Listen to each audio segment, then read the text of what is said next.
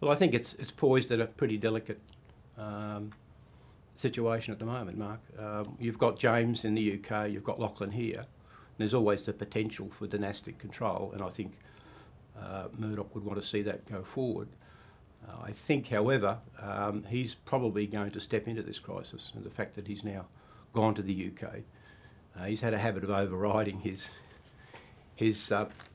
sons. And I think what might happen is, in fact, it might actually hold back some of their dynastic pretensions. So this might have been James' test, and if he's perceived as having blown it, then I think Rupert will probably put himself back in the saddle.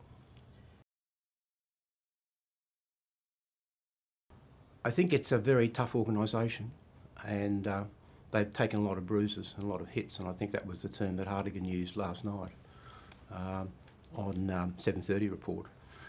It's no doubt going to suffer, but I think it's unlikely that pain is going to be spread evenly across its different sites. And because it is a multinational, it has, I think, a kind of inbuilt resilience.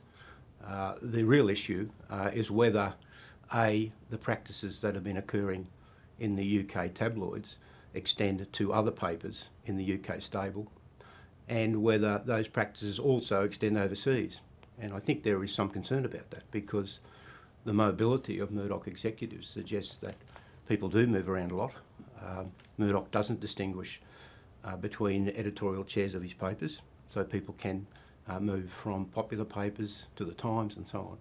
And with that, I think, goes a particular set of practices, which may well prove a problem here.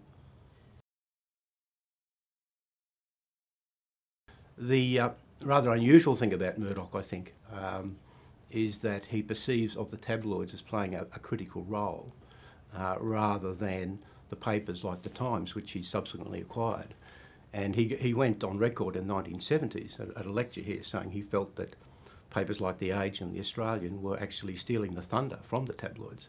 So in a sense, he is, I think, partial to that kind of muckraking journalism. And when he went to the UK and started making a lot of money out of the British tabloids, I think that really did change the way he viewed the world. And I think to some extent, even in this situation of adversity, he probably sees himself as a hard done by tabloid journalist who's trying to do the right thing. So I think there is a particular mindset there, which again, I think might pose problems for him as well as his group. Yeah, well, the BBC were interested in making contact with Australian sources who were close to Murdoch, especially around the days of the early Australian. Now, many of those have since been deceased, and others are very close to Murdoch, like Ken Cowley. So it was going to be difficult. I suggested that someone like Bruce Guthrie, of course, who's written his recent book, Man Bites Murdoch, would probably provide a reasonably balanced assessment. Guthrie has since gone back into the group. But I think there are certainly issues there about the culture of News Limited, the way in which he has used tabloids as cash cows. And I'm not sure whether that's even necessary anymore. So I think in some ways we're looking at the end of a very long period of decline for the tabloids. And I think what's happened in the UK probably is extraordinary. But I would also urge some caution here, because I think we need to be aware that news has a particular culture which is worldwide. It's got to a pretty parlous state, if I may use a pun there, when the pretty much both sides of Parliament have to actually stand up and be counted on this issue. And it really tells us something about the weakness of regulation at the moment, not only in the UK but in Australia, that you need that sort of revolt almost of the politicians before the B-Sky B bid was actually going to be withdrawn. So it tells us quite a lot about the political culture, and I must say that the hypocrisy of the Conservatives is really very obvious when you've got someone like Cameron employing News of the World staffers, not simply on one but on several occasions, and of course even the ALP, the Labor Party and Tony Blair have also, of course, courted Murdoch.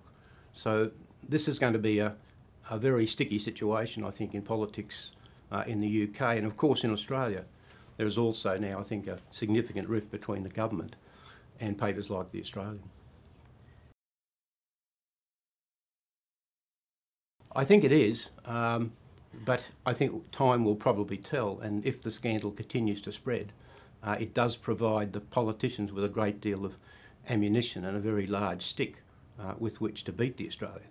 The Australian, I think, has probably embarked on the longest spree of attack dog journalism since the 1970s, when it savaged Gorton and then particularly Whitlam through most of that period. And I think the weakness of the government has encouraged the temerity of the press. So Lindsay Tanner's book interests me because he's putting a political perspective, but I would argue that this is probably happening on both sides of politics, and that the situation of The Australian is going to be a concern and will continue to be a concern until a government is elected with a substantial majority. I think people don't understand that Murdoch is a crusader as a journalism, and you know, he as a journalist, and for him that is the way of doing business rather than providing independent commentary.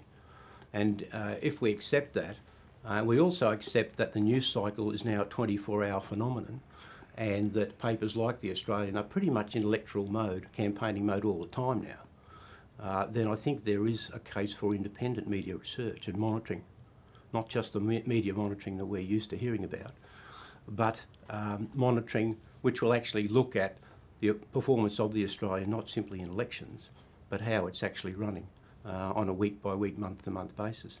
Now that's going to cost a little bit of money, and it's going to cost resources and time. But if we want any kind of impartial assessment of the performance of Murdoch papers in Australia, then I think we've got to go a little bit further than simply individual politicians sounding off about, you know, very specific forms of reportage. So I think there is a case for academic research, and I've tried to lay the basis for an understanding of the Murdoch culture, which I think is very powerful. But I think we'll need to do a lot more detailed tracking if we're actually to bring any light on this particular debate. It's the main interest in the book, but I also talk about how a paper like The Australian has to come to terms with the commercial culture of News Limited, and how it actually had to win acceptance over a very long period. So Murdoch, I think, is still more comfortable with the lower end of the market. He knows what to do with it and he understands it better.